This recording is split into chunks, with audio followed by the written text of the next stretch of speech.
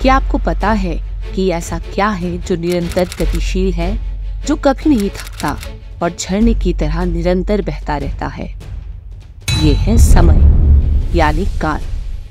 हिंदू धर्म में काल को 4 भागों में बांटा गया है, जिन्हें हम युग कहते हैं। और ठीक काल की ही तरह हिंदू धर्म में 4 धाम भी हैं: बद्रीनाथ, रामेश्वरम, द्वारकाधीश और जगन्नाथपुरी। लेकिन शायद आप में से कुछ ही लोग ये जानते होंगे कि काल के इन 4 युगों के साथ हिंदू धर्म के 4 धामों का एक संबंध है। पुरातन कहानियों के अनुसार बद्रीनाथ धाम सतयुग में स्थापित किया गया था, रामेश्वरम धाम त्रेता युग में, द्वारकाधीश धाम द्वापर युग में और जगन्नाथ धाम कलयुग में। आज हम इस वीडियो में बात करेंगे कलयुग के धाम जगन्नाथपुरी की। कहानियों, रहस्यों और विश्वास की अनोखी उपलब्धियों से जुड़ी कहानी है जगत के नाथ जगन्नाथ की। कहते हैं कि आज से करीब 500 साल पहले भविष्य मल्लिका नामक एक किताब में संत अच्युतानंद दास महाराज ने कई सारी भविष्यवाणियां की थी और उनमें से कई सारी पुरी के जगन्नाथ धाम के बारे में भी है। इस किताब में लिखी जगन्नाथपुरी से जुड़े कई सारे भविष्यवाणियां सच हो चुकी है और ये माना जाता है कि इन भविष्यवाणियों के सच होने पर धीरे धीरे कलयुग के अंत का प्रारंभ होगा। तो चलिए देखते हैं क्या थी ये भविष्यवाणियां और कैसे जगन्नाथपुरी के साथ जुड़ा है कलयुग के अंत का ताना बाना। लेकिन वीडियो शुरू करने से पहले अगर आप हमारे चैनल पर पहली बार आए हैं तो हमारे चैनल इन्फोबीज को सब्सक्राइब जरूर करें ताकि आगे भी आप ऐसी ही रोमांचक वीडियोस का आनंद ले सकें। भविष्य मल्लिका में लिखी सबसे पहली भविष्यवाणी ये थी कि दुराचार ही कलयुग के अंत का प्रारंभ होगा, यानी दुनिया में लोग भगवान की अवमानना करने लगेंगे, उनके अस्तित्व पर प्रश्न करेंगे। स्त्री पुरुष दोनों दुराचार में बराबर के भागीदार होंगे और जगन्नाथपुरी के परंपरा में अव्यवस्था फैल जाएगी। और ठीक ऐसा ही हुआ। हर 12 साल में जब नई मूर्तियां स्थापित की जाती है तो उसका एक निर्धारित तिथि और समय होता है। लेकिन 2015 में निर्धारित तिथि और समय में मूर्तियां स्थापित नहीं की जा सकी, बल्कि वो अगले दिन दोपहर में हुई। माना जाता है कि पुजारियों के बीच किसी अनबन के चलते ये घटना घटी। भविष्य मल्लिका में लिखी दूसरी भविष्यवाणी ये थी कि एक ऐसा समय आएगा जब मंदिर के पत्थर अपने आप टूट के गिरने लगेंगे और ये मंदिर के कमजोर ढांचे के कारण नहीं बल्कि कलयुग में बढ़ते पाप के कारण होगा। और पिछले कुछ सालों में कई बार मंदिर के पत्थर अपने आप टूट के गिरने की खबर आ चुकी है और इसे एक अशुभ संकेत माना जा रहा है।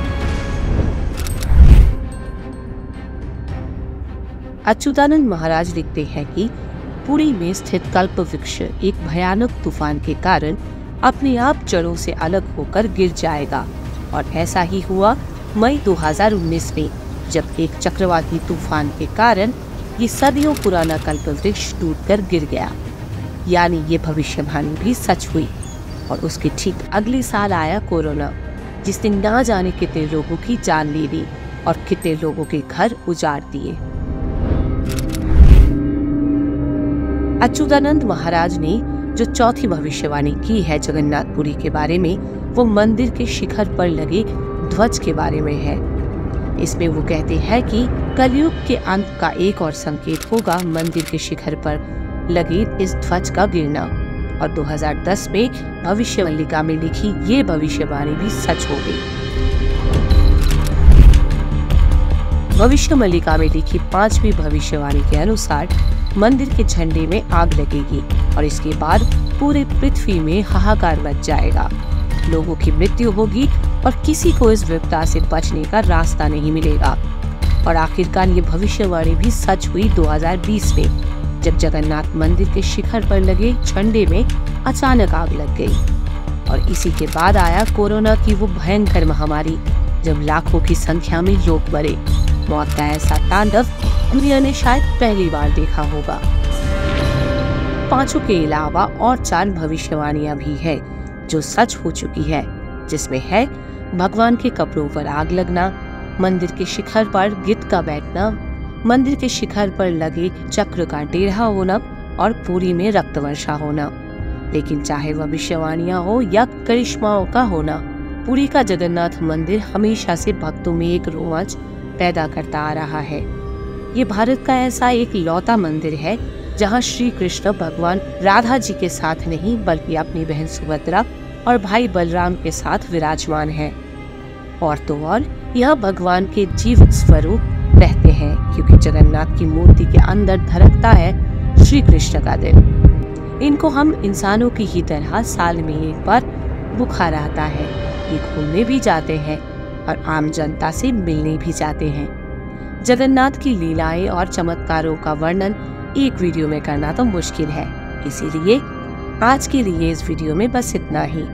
लेकिन अगर आप आगे भी चाहते हैं कि हम भगवान जगन्नाथ और जगन्नाथपुरी के ऊपर कुछ और वीडियो बनाएं, तो हमें कमेंट सेक्शन में जरूर बताएं और साथ ही हमारे चैनल इन्फोबीज को सब्सक्राइब करना ना भूलें। मिलते हैं आपके साथ अगले वीडियो में, तब तक के लिए जय जगन्नाथ।